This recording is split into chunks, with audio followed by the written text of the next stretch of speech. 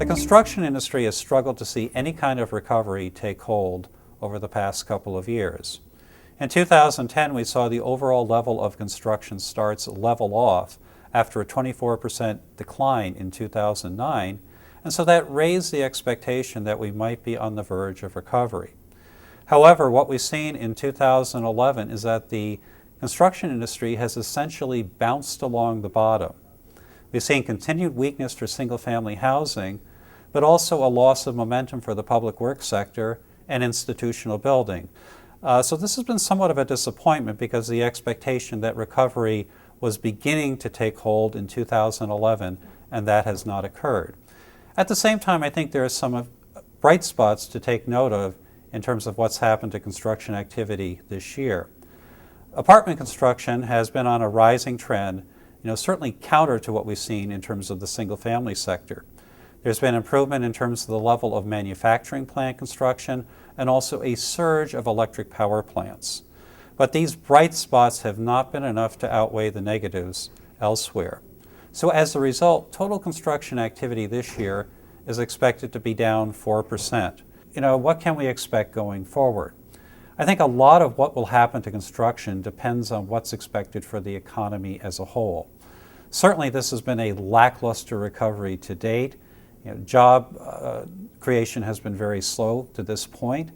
And I think what we've seen over the course of 2011, we've had a couple of negative impacts from higher energy prices and also supply chain disruptions related to the earthquake in Japan.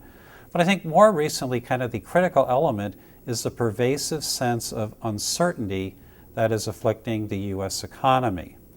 When you combine that with anxiety over the potential spreading of the European debt crisis, I think there's been some renewed fears that the U.S. economy might be heading for a recession once again.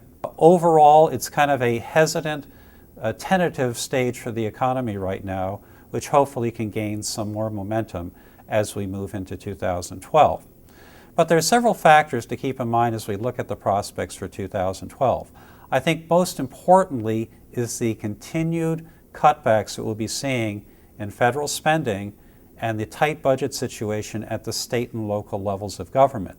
This is going to have a dampening effect on the public works sector, which already has fallen 16% of this year. For institutional building, school districts are still grappling with tight budgets, and it's hard to see much in the way of improvement for school construction next year.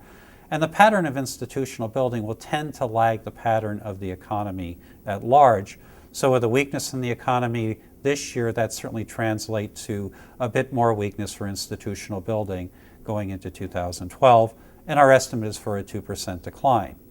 Single-family housing this year will be down on the order of 5% in dollar volume, and perhaps it will be able to pick up some momentum. We do have a 7% increase for next year, but overall the foreclosure issues still have to be resolved, and home buyer demand continues to be constrained by essentially banks being more restrictive into who they're issuing mortgages to, and the fact that home buyers continue to face uncertainty regarding their own job prospects.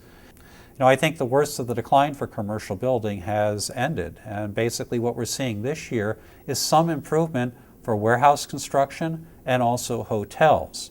And overall commercial building is expected to be up 6% in dollar volume, although the level of activity still remains quite weak.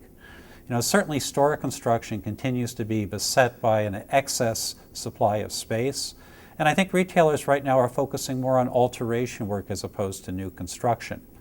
As far as offices go, we've seen certainly some help coming from government office buildings related to being funded from the Federal Stimulus Act, but that's going to be waning in 2012, and we're going to be needing more support coming from the private office sector.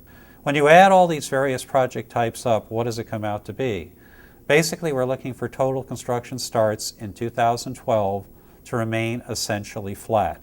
We do have some gains for the housing sector, some gains for commercial building, but when you look at public works and institutional building related to public sources of financing, I think they're still looking at some further weakening to take place next year. 2012 is looking at essentially the same level of overall activity, although the mix will be slightly different.